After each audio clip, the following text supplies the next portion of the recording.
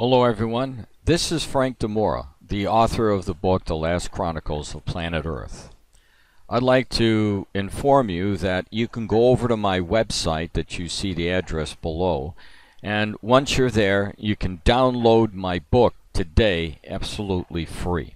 The book was updated as of April of 2017, so it has the latest information that anyone would need to understand that the words that Jesus gave to us concerning the last days are already at hand, and they're speeding up, just like the Lord said in Mark 13:8 when he talked about the birth pangs of the last days. Now, there are a lot of people out there that don't know any of the signs that Jesus told us to look for in the last days, and we saw these signs, we would know that the time of his visitation, the second coming, is very short.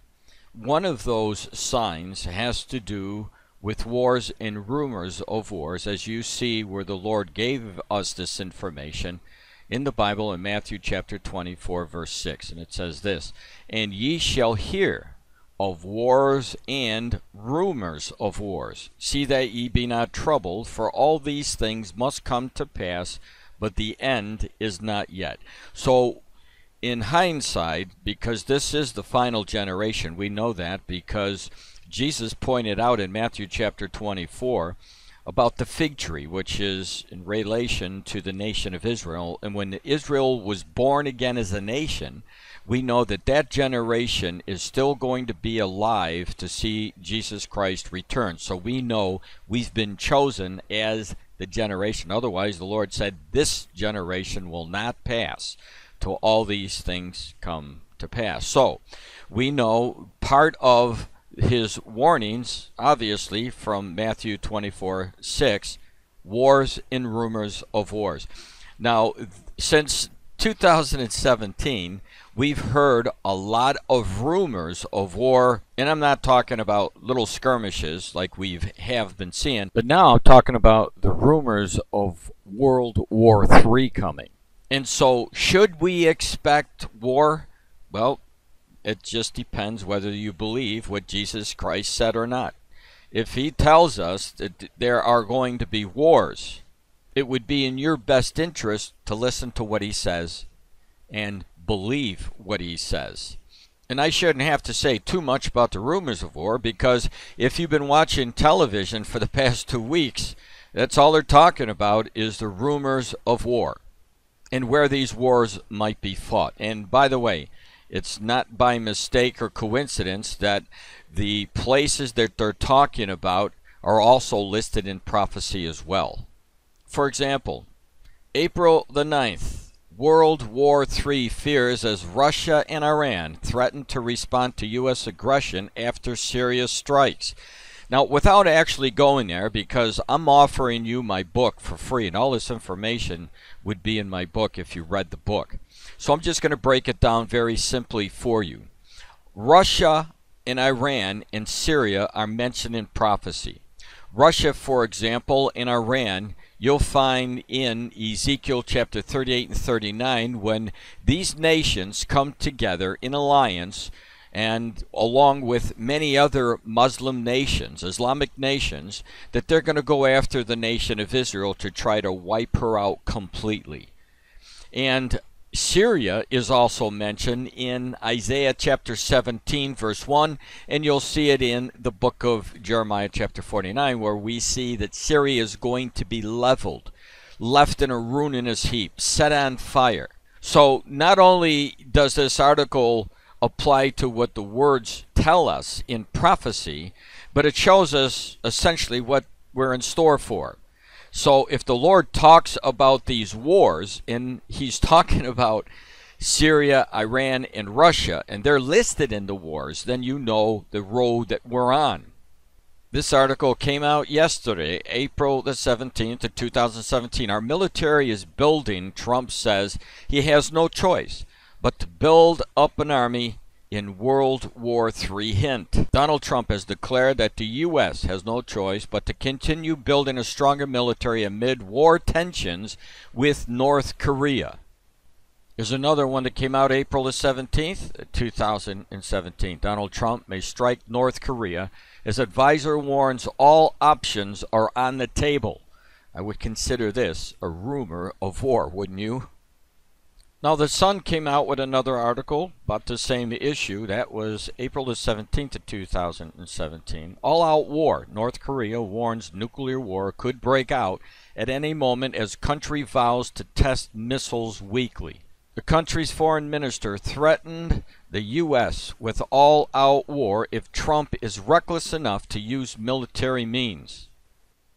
Now, as far as the Psalm 83 war, we're seeing, as I said, the footprints to that war. All you have to do is go to a Google search and you'll see an example that I put up on the screen here.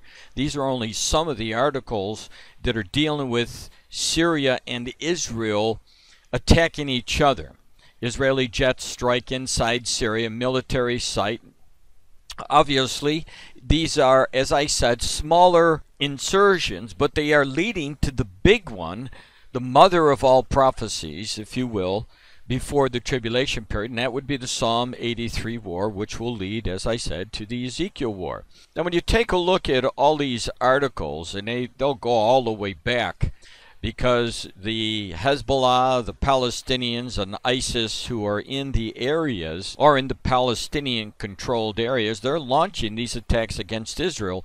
And every time they do this, those of us who are watching these prophecies are wondering, could this be the trigger that will launch the Psalm 83 war? All we could do is stand back and watch the events, and then we'll know for sure when Syria is attacked and completed the prophecies that I covered, which is Isaiah chapter 17 and Jeremiah chapter 49 concerning Syria. And then I'm going to give you one more article and continue on, but this one came out March the 17th of 2017 from Al Jazeera. Israel carries out airstrikes inside Syria. Fighter jets bomb multiple targets, prompting Syrian retaliation with ground-to-air missiles, Israeli army says. Folks, I can't press upon you enough that what you're looking at is a prelude to what our Lord indicated so many years ago. And I'm praying that there are many of you who are watching this today that haven't realized what the Word says, but as they see these events unfold, you will come to the Lord knowing that what He has told us is the truth. And knowing that it's the truth, you can rely on the rest of what He says to be fulfilled.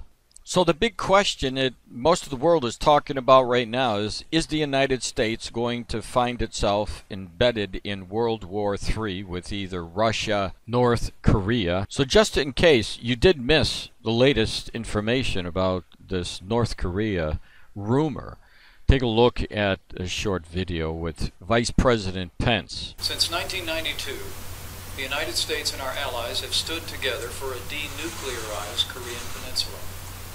We hope to achieve this objective through peaceful means, but all options are on the table.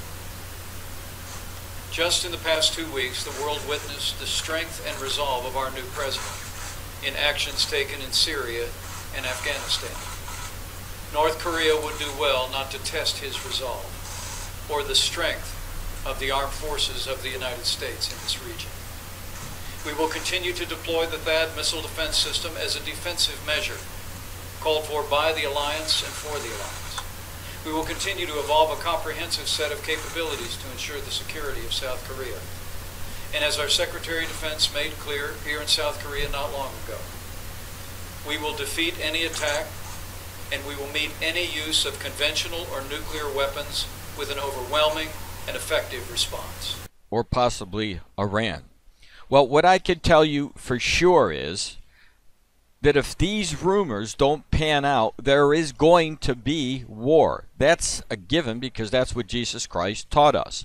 And for sure, what we do know, if you don't know anything about Bible prophecy, is there's going to be a war involving Syria, which will demolish Syria, level her out. That's what we see in Isaiah 17:1 and Jeremiah chapter 49, without a question. So something is going to happen that is going to cause her to be set on fire. No question about it. Now, how that's going to happen, only God knows. So that's why it's so important to keep your eyes on what's going on in these current events, especially in the nations that are listed by our Father in heaven. But we do know, as I said, Syria is destined for war, and so is Russia and Iran and all those other allies that are mentioned in Ezekiel chapter 38 and 39. But also, there's going to be another war that we see that will come before the Ezekiel war, mentioned in Psalm 83, where the bordering nations are going to be coming against Israel. I've said this many, many times in my videos, but it's coming. And many people say, well, they believe that the Psalm 83 war had already taken place back in the earlier days when Israel's were attacked by these nations. But Syria wasn't leveled back then. And according to the prophecy, they will be leveled, left in a ruinous heap. So we know that Syria is going to be involved with the bordering nations again, just like they were before. And this time, Syria is going to be left in that ruinous heap. And not only that, but Israel has to have their temple again, to rebuild their temple. And they have to feel safe enough to actually build that temple. And the only way that that's going to happen is if their enemies are eliminated. And that's what I believe is going to happen. There's going to be that Psalm 83 war. Israel expand its territory, feeling safe enough to rebuild the temple and to start up their sacrifices, as we see spoken in the book of Daniel in chapter 9. And if you don't know about that prophecy in the book of Daniel, just turn to chapter 9 and start reading from verses 24 all the way down to verse 27, where we see the Antichrist will confirm a covenant. And he's going to allow, obviously, the rebuilding of the temple again. And the sacrifices are going to start up again. So if you're looking for good news, you can find the good news. And the good news is in this. It's found in the Bible. Because the Lord promised us that he was going to return to this earth to straighten things out. And as you can see from the news, we need it right now. But obviously there are things that are going to take place before Jesus Christ steps again on the Mount of Olives and enters into Jerusalem. And part of that is the fulfillment of the wars that haven't been fulfilled yet. But I can tell you this. Our generation, who has been chosen to see all of these things that Jesus Christ said, is going to find itself in war again. Unfortunately, that's the road that has been laid out for us. But fortunately, Jesus has given the people a chance to believe what he says, to accept what he says, and to get ready to go home when he calls us in that rapture time, whenever that time period is. Only God knows when he's going to pull the trigger to call his people out. That's why it's so important to be ready for that day. Now, there are other issues as well out there about Bible prophecy and current events, but for time constraints, I just wanted to give you a little bit of an update, especially for the people who don't know about Bible prophecy. Something to focus and to think about, especially if you have family and friends, or maybe even yourself, that don't know Jesus Christ. Now is the time to receive Jesus Christ. Now is the time to understand that his resurrection that the church just celebrated can be for you. It was meant to be for you. But each person has to make his own or her own choice whether to believe and accept that Jesus went to that cross and died and raised himself from the dead, just like it says in John 2:19. Destroy this temple, and in 3 days I will raise it up. God did that. God living in the form of Jesus Christ, reconciling the world to himself to make a path to heaven for anyone who receives it. I'm praying that this message today will encourage you to get on the road into heaven. And the only way that that can happen is through Jesus Christ. This is Frank DeMora with the End Times Research Ministry. God bless.